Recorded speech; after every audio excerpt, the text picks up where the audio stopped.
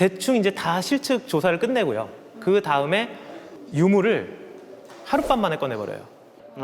해서 그 최대한 빨리 수습을 하게 되는데 그게 이제 어떻게 보면은 무령왕릉 발굴의 가장 큰 비극이었다고 할 수 있죠. 그렇죠. 그 과정에서 뭔가 훼손이 좀 됐나 왜냐하면 보네요. 아니요, 그 발굴 유물의 회수는 최대한 천천히 그리고 그것이 어디에 있었는지를 바로 확인하면서 그걸 다 기록으로 남기면서 그것들이 주는 정보를 하나도 빠짐없이 이제 얻어내기 위해서는 엄청나게 오랜 기간 동안 발굴을 진행을 했어야 되고 유물 회수도 진행을 했어야 되는데 너무나 큰 압박감 때문에 당시 발굴단에서는 빨리 회수하고 그 유물을 정리하자라는 쪽으로 결론을 내려버렸던 거죠.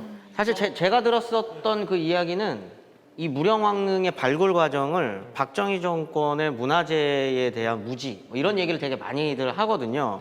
그러면서 이제 박정희 욕하는 거죠 또. 박정희요? 그거 아니더라도 욕할 건 많습니다.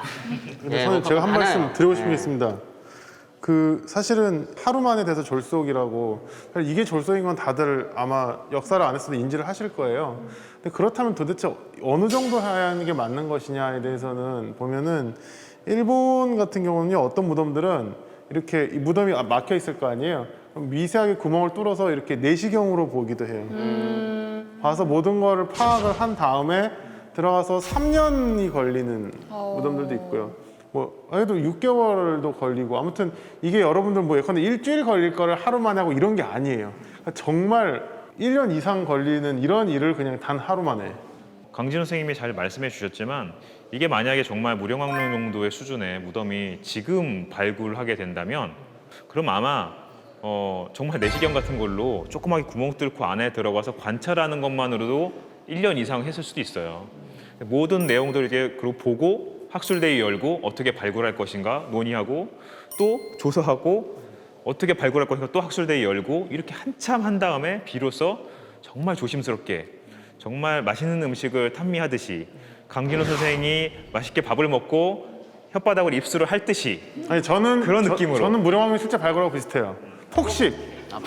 저는 폭식. 저는 그렇게 우아하게 먹지 않습니다. 알겠어요. 그럼 예. 그거 취소하고 예, 예. 그렇게 정말 조심스럽게 한 땀 한 땀 하면서 발굴을 하겠죠. 근데 그 당시는 사실 그런 상황이 되지 못했던 것이고 다시 한 번 말씀드리지만 1971년 대한민국이었다라는 거 그것도 기억을 해야 돼요. 제가 궁금한 거는 그렇게 졸속으로 빨리 했을 때 어떤 문제가 발생하냐. 아까 이제 정보의 유실을 말씀을 해주셨는데 그러면 그렇게 빨리 하는 과정에서 실제로 저희가 알 수 없는 수많은 정보들이 사라졌다고 볼 수가 있는 건가요? 그렇죠. 왜냐하면 아까 그 나무 뿌리 같은 것들이 내려앉아 있었다고 했잖아요. 네네. 마지막에 눈에 보이는 것들을 꺼낸 다음에 마지막에는 어떻게 했었냐? 그 나무 뿌리나 이런 것들, 흙들, 바닥에 있는 흙들을 그냥 쓸어버렸어요. 빗자루로 쓸었죠. 빗자루로 쓸어서 담았거든요. 그리고 나서 그 흙들 사이에서 이제 구슬 같은 것들을 찾아내거든요. 근데 원래는 가장 정보를 그대로 알려면 그 구슬이 어느 자리에 있었는가 이런 걸 다 알았어야 했거든요. 정확한 좌표 같은 걸 찍어가면서 해야 되는데 심지어 어떤 얘기까지냐면 그렇게 다 쓸어갔잖아요. 그리고 발굴단 떠났잖아요. 그래도 일부 그런 구슬들이 남아있는 것도 나중에 발견된 것들도 있다는 거예요. 그러니까 이건 정말 지금으로서 상상하기 힘든 수준인 거죠.